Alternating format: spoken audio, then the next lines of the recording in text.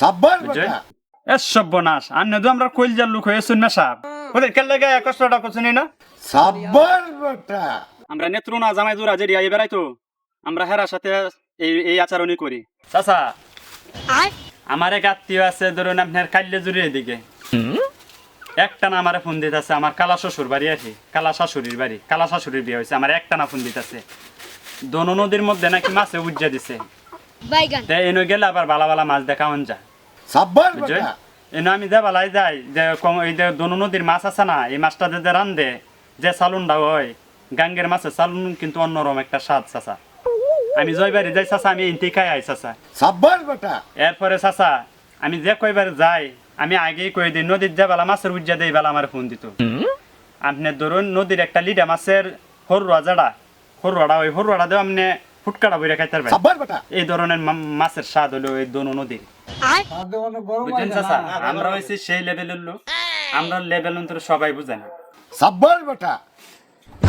গপ করলে বেটা এই করন লাগবো দোকানদার ভাই আমার একটা চা দিন বন দিতাছি বন জান ভাই মেশাব আপনার বাড়ি কই গো মেশাব আচ্ছা আমার বাড়ি হয়েছে গা ফকিরা বাজার কংগ্রেস নদীর পাড়ে বাজারের সাথে বাসা আমার মেশাব হইরা বাজার নদীর হারো বাসা কে যে নদীটার ফারো যে বাসাটা এই বাসার আপনি কাশেম রে চিনুন মেশাব আচ্ছা কাশেম তো আমার বাপ এ সর্বনাশ হইরা বাজার আগে আমরা গরু লয়ে গেলে এই বেচিয়া শ্বাসটলটার মধ্যে বইলে এই বেড়া আপনার বাহিরে লয়ে চা খাইছি বেড়া আপনার ভাইয়ের সাথে আমরা অন্যরকম একটা মিল আছেন বেড়া মেশাব আপনার বাহিরে গিয়ে আপনি বিশ্বাস না করলে দিগাই দেন যে আমরা কোন ধরনের লোক যে চৈত কাতি 12 মাসে আপনার ভাইয়ের সাথে দেয়া হয়েছে বাজারও গেলে মেশাব আপনি কার বাড়ি তাইছেন গো আচ্ছা আমি তো কাইলে আর হাসেমের বাড়িতে আইছি মেশাব হাসেমের কি হইন আপনি হাসেমের জামাই আমি এ সর্বনাশ আপনি তো আমরা কইলজার লোক হয়েছেন মেশাব আমনে শ্বশুর আমরা একটা অন্তরের লোক আছেন দোয়ান ফাড়ে বইলে আমনে শ্বশুরে চা না খাওয়াই আছেন আমরা হইলো এই ধরনের লোক আমনে শ্বশুরের লোকে জীবন ভরাই আমরা ছোটবেলা থেকে চললে বড় হয়েছি মেশাব আপনি বিশ্বাস না করলে আপনি খবরই তো বাচ্চা আছে তাই দিঘাই দেবেন যে এনে ফসা করে একটা লোক দোয়ানো বই থাকে সবসময় এই লুয়ের সাথে বলি আমার শ্বশুরের বিরাট মিল আছেন এটা বিশ্বাস না করলে আপনি দিঘাই দেবেন যে আজকে যাই দোকানদার ভাই এই চাচাজির একটা চা দেওয়া হয় এই বাইস্তা সাকি খালি তোমরাই খাইবা নাকি এ দোয়ানদার এ চাচার একটা চা দেবেন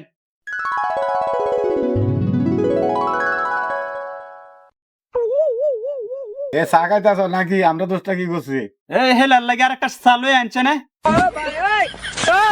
খাদ্য দেওয়া যায় না নির্বাচনের লান বিলাইতেছে বিলটা কি আমার উঠে উঠে নাকি এই দুলা ভাই ভালো আছো চা খাইবা দুলা ভাই আমি একটা ঠান্ডা খাই অ্যালবাম এ দম দা সারাটা একটা ঠান্ডা দয় দুলা ভাই তাই আমি একটু বাজারে যাইতেছি যাইয়া বই থাক ভাই দুলা ভাই কি অবস্থা ভালো আছেন মেলা দিনে আইছেন না চা খাইবা নাকি দুলা ভাই আমি চা খাইতাম না একটা একটা সিগারেট খেলাই আপনার 15 টাকা বিল তুললে তো দিতেছি আমি একটু বাজারে যাই এই সবাই একটা ফান দে হয় এ দোকানদার ভাই সবারই একটা হইরে সিগারেট দোয়ান ভাই বিল কত হইছে 480 টাকা বিল হইছে আপনার সর্বমোট বিলটা নেওয়া ওড়ো জামাই মেশাব সাব্বাস বেটা বিলটা আপনার দেওয়ান লাগতো না বিলটা আমি যেমন মেলাটা টিয়া বিল হয়েছে 480 টাকা হয়েছে মেশাব এই কষ্টটা আপনার করোনার কোনো বিলটা আমি দেম না দোকানদার ভাই